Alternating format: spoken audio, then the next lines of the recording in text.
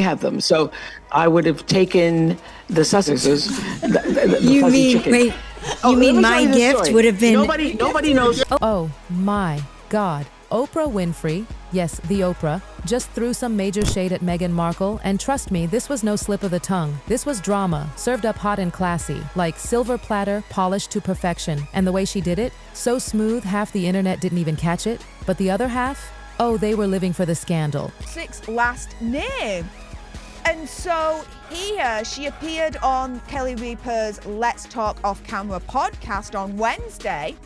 And after Kelly asked Oprah if she would enjoy receiving baby chicks as a gift, the veteran talk show host said no, and added, "I'd run them straight over to the Sussexes," while mispronouncing the name by adding extra X's at the end. It all went down on Kelly Ripa's podcast, Let's Talk Off Camera. You'd think it'd be some chill convo, right? Just some casual celebrity chit-chat. But then, out of nowhere, Kelly drops this super random question. Would you ever want baby chicks as a gift? Okay, weird, but whatever. Oprah, being the media queen she is, smiles and goes along with it. Then she says, and I quote, "I'd run them straight over to the Sussex sex." Wait, what? Yes, you heard that right. Not Sussex, not even close. She straight up said Sussex sex, like some twisted tongue twister gone rogue. It sounded more like an SNL skit than a podcast answer. The room laughed, Oprah laughed, Kelly laughed. But once that clip hit social media, the sleuths clocked it instantly. This wasn't some innocent flub. This was Oprah. With that sly grin, that sparkle in her eye, she knew exactly what she was doing. It was a roast dressed up as a joke. Velvet glove, iron fist, and all that. And Meghan?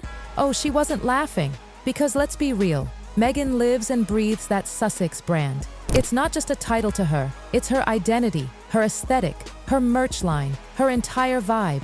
Every event, every product, every intro is Meghan, Duchess of Sussex. From tea parties to talk shows, she clings to that title like it's her last shred of royalty. And Oprah? Just tossed it under the bus. So politely, so deliberately. Everybody else. I was doing an interview to offer them a platform to tell their story about why they left. And that was my number one intention, was just clarity on why did you leave? And so some of the things that were revealed in that interview came as a surprise to me. And those surprises are now referred to as bombshell, but I didn't set out to do a bombshell interview. I set out to do an interview, have a conversation that would allow them. Let's not forget, Oprah's the one who gave Meghan and Harry their global moment. That massive 2021 tell-all interview where Meghan dropped royal bombshells like it was tea time in hell, racism, tears, suicidal thoughts. It was intense. And Oprah, she was all in, wide-eyed, nodding, practically hugging them through the screen. Alley mode.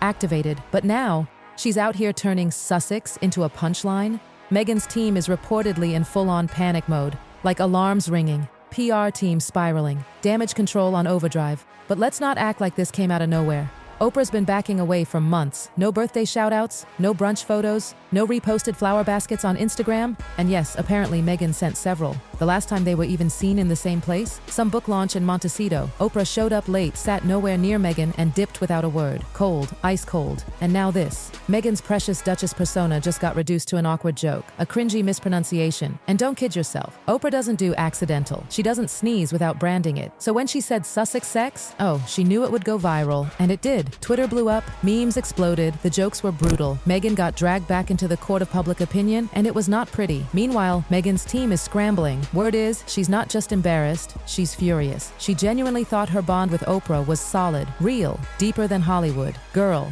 this is Hollywood. Loyalty lasts as long as your relevance. And Oprah, she's not about to let Meghan's fading spotlight dim her empire. Not a chance. Apparently, Meghan tried to reach out through a mutual contact, trying to figure out if that comment was just a mistake. You know what she got? Nothing. Crickets. And in Oprah language, that's basically a restraining order. Let's talk optics. Oprah is sharp. Every word is calculated. If she wanted to fix it, she would have corrected herself. She didn't. If she wanted to diffuse it, easy. She didn't. She let it sit, let it marinate, let it burn, and moved on like Meghan never even happened. Now that's cold. Eggsy and Hazard's use of their Sussex name is sending me back, actually, to this story right here, where a few months back, Megsy corrected Mindy Kaling on her Netflix show, saying, "I'm not Meghan Markle." Meanwhile, Meghan, bless her delusional little heart, is still out here trying to make Meghan Sussex happen. She literally corrected Mindy Kaling on camera like, "It's Meghan Sussex now, don't you know?"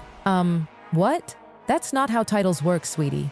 You don't just rename yourself like a rebranded influencer. Your actual legal name is Rachel Meghan Markle. No Duchess, no Princess, no Sussex as a surname. But let's be real. Rachel Markle doesn't sell skincare lines, does it? So what does Oprah's jab really mean? It's a warning shot, a polite but brutal Hollywood red flag. The queen of media just pulled the plug. The same woman who gave Meghan the mic just used it to roast her. And when Oprah's out, everyone else takes the hint. Behind the scenes, brands are backing off, PR experts are whispering, Meghan's compassionate Duchess thing, it's getting old, stale, confused.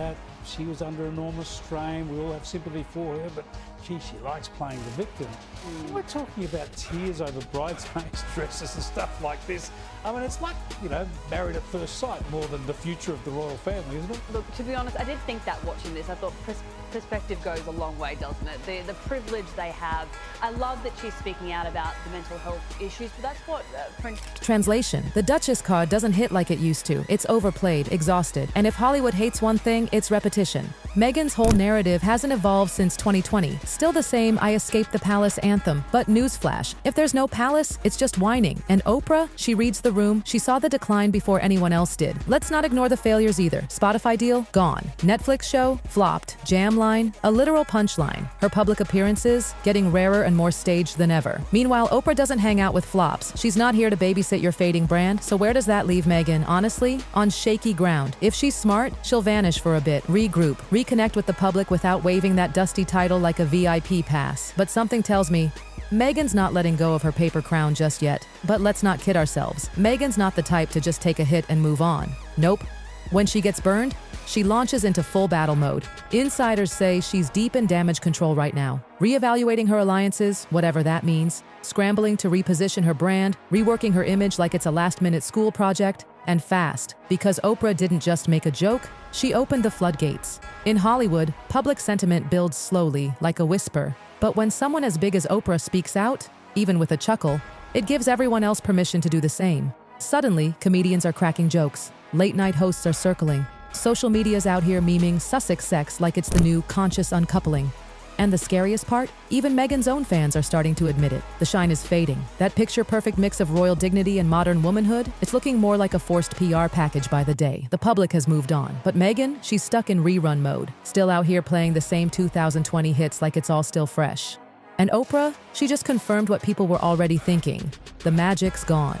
Now let's talk about Prince Harry for a second. While Meghan's fighting off media mockery and losing grip on the Duchess branding, Harry's over here looking like a man rethinking everything. Sources close to the couple say he's embarrassed, not just by Oprah's jab, but by how far their influence has sunk. They were once the golden couple, the anti-royals, the modern monarchy. Now, they can't even walk a red carpet without getting side eyes and whispers.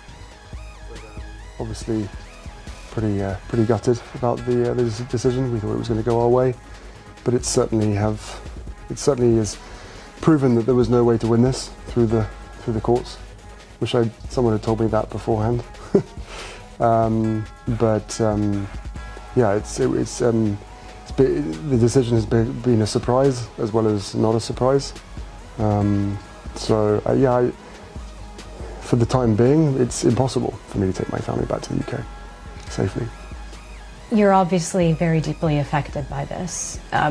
Apparently, Harry's been floating the idea of reconnecting with the royal family. Yep, there's been talk of him showing up at major charity events back in the UK, maybe even gasp, walking away from the whole Sussex branding altogether. Oh, the irony. The man who escaped the firm for freedom is now looking back like, wait, did I make a huge mistake? And Meghan? She's still clinging to the brand like it's her last life vest. But Harry, he looks ready to jump ship, and that hurts. Because this whole thing, the Sussex story, that was Meghan's baby, her master plan, her brand, her new name, her golden ticket, her identity. The Duchess of Sussex wasn't just a title. It was supposed to be her Hollywood passport, her shortcut into the elite, the woke, the powerful.